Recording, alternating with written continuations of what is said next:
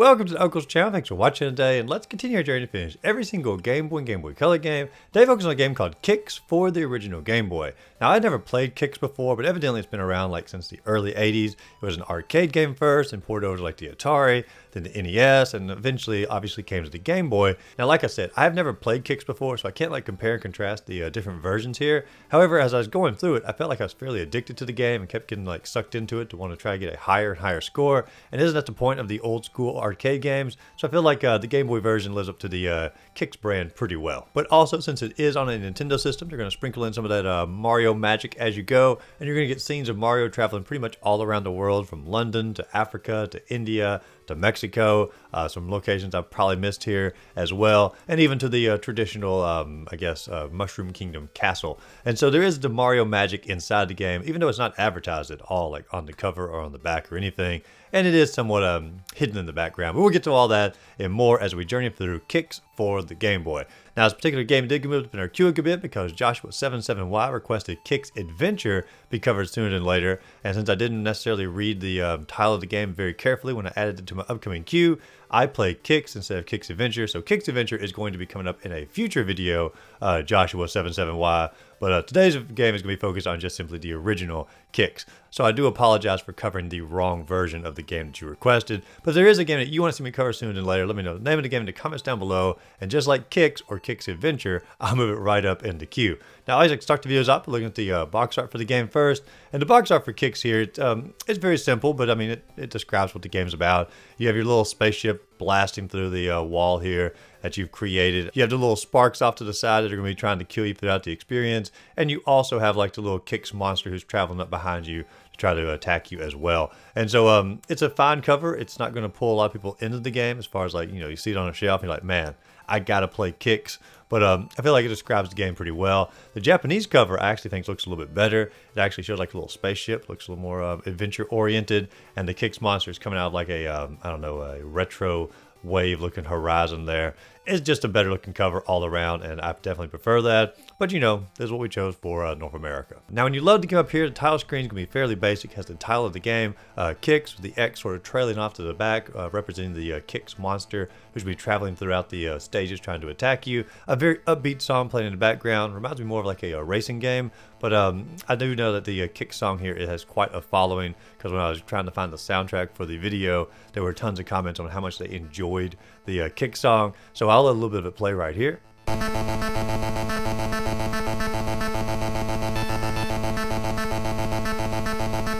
Like I said, it's not necessarily my favorite song, but when I was looking for the soundtrack for the game, it does have a definite following for it. Now, there are two modes that you can play. There's one player or two player. Two players is going to require a link cable, which I did not have somebody else to play the game with, so we're just going to go for the one player mode here. And the one player mode is the traditional arcade experience, unlimited levels that you can go through, and you're simply trying to achieve a high score. And the concept of the game here is you are playing this little spaceship, or this little diamond at the bottom, and you basically press the A or B button to make your spaceship move up, and you can go left or right, and you try to block off or box off a particular area of that stage.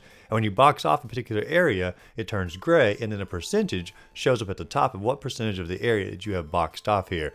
And your goal here is to box off the amount of percentage that is showed over at the left. You start off at like 70 or 75%, and it's going to continue growing all the way up to like 85, 90% that you have to box off in order to complete the stage. But it's not so easy as just simply boxing off part of the stage here. You also have to watch out for different obstacles that are going to try to blow your ship up. And there's what's called the QIX monster, who's like this giant, lion centipede alien creatures, I'm going to call it, traveling across the stage, and it's completely random of what direction it's going to go in, so you can't predict it in any form or fashion, at least from what I could tell. And if it ever hits your line that you're trying to use when you're boxing off part of the stage, you will then blow up your little ship here. Also, if you have any of the sparks that are traveling around the lines that you've created or the outside of the stage, if they hit you, your ship is also going to blow up. And so if you blow up, I think it's 3 times at the start, you will lose the game, have a game over. But every 100,000 points, you can get an extra life to try to get further and further into the game. Now, every 4 stages that you complete, you are going to get like a little cutscene here of showing like fireworks going off in the background. And also every stage that you go through, the QIX monster is going to change a little bit. Sometimes it grows larger, sometimes it splits into 2 separate monsters, sometimes it goes a little bit faster. Also, the little bar at the bottom is going to start disappearing quicker the more stages you go through, and that's going to allow more sparks to appear faster to try to take you out. So the more you journey into the game and the higher scores you're going to have, the harder the game is going to get, which is like any arcade game because they don't want you to play endlessly. They want the game to get progressively more difficult to try to get you to have a game over. I mean, that's the fun of an arcade game. But let's talk about the point system, because when you press the B button and you launch your little spaceship off into the stage to box off part of the area, your little spaceship or your diamond will travel very fast, and you can get your box done pretty quickly. Now, that's the normal way. If you press the A button, your little spaceship or your diamond here is going to go very slow, and when you box off part of your area, you're going to get double points. And so it's sort of a risk-reward scenario here, because if you go slower, you have a greater chance of getting hit, but you're going to get more points. If you go faster, you have a less chance of getting hit, but you're going to get far fewer points as you're trying to block off part of the stage. But as far as gameplay goes, that's pretty much it for the overall game. Now, there are some different strategies that you can use here. Me personally, I enjoyed the column strategy where I try to create like little columns going up and going down and try to sort of trap the QIX monster off to his side when he's trying to bounce back and forth. That was good for me. There's also the strategy of trying to do very, very small blocks and just do a ton of them. And that way your chances of getting hit are very slim. It's just going to take a really long time. And also if there's two QIX monsters on the screen, I always enjoyed the strategy of trying to separate the two of them, and it's an instant victory if you can do that. You don't get as many bonus points, but it's a instant victory for that particular stage.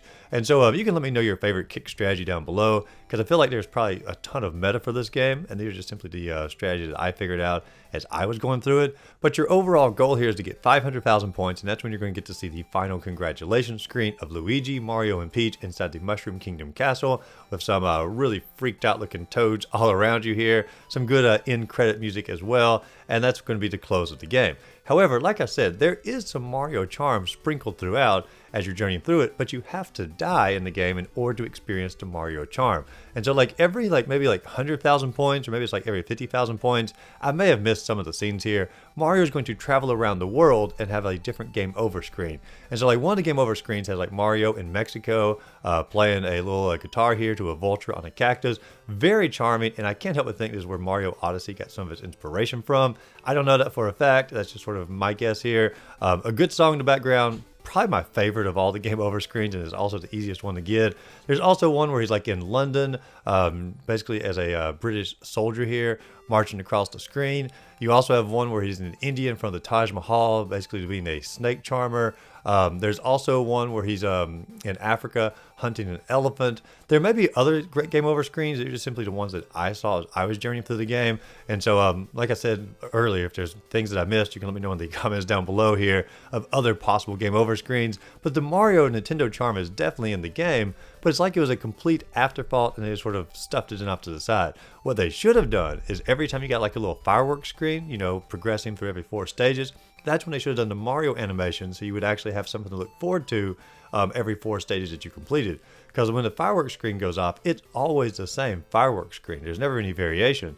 And so if they simply add the Nintendo characters or Mario in here, you would have something to look forward to as you're journeying through all the stages instead of just simply getting a high score. But that's a criticism of a game that's like 35 years old now. Nintendo's probably not going to look back to QIX a whole lot, except for the Mario Odyssey. I guess they did look back to QIX at one point. But anyway, overall, I think it's a really fun game. It's an addictive game. I enjoy simple arcadey games, and I'd never played QIX before. I like the idea of blocking off part of the screen here and, you know, developing different strategies. I found that to be a ton of fun. The multiplayer, I'm intrigued to try it at some point. I don't know exactly how it's going to work. And I also enjoyed the Nintendo charms that they've included in the game as well. But overall, I'd probably give the game a 7 out of 10. I enjoyed it. It has Nintendo charm to it. Anxious to see the multiplayer, and I feel like it's a game I will come back to and play at least some point in the future. But what do you all think? Do you enjoy QIX on the Game Boy? Let me know in the comments down below. And as always, if you enjoyed the video, be sure to like and subscribe to the channel. Check out my other videos listed up above, and go out there and find a great game to play. Simply have a great rest of the day.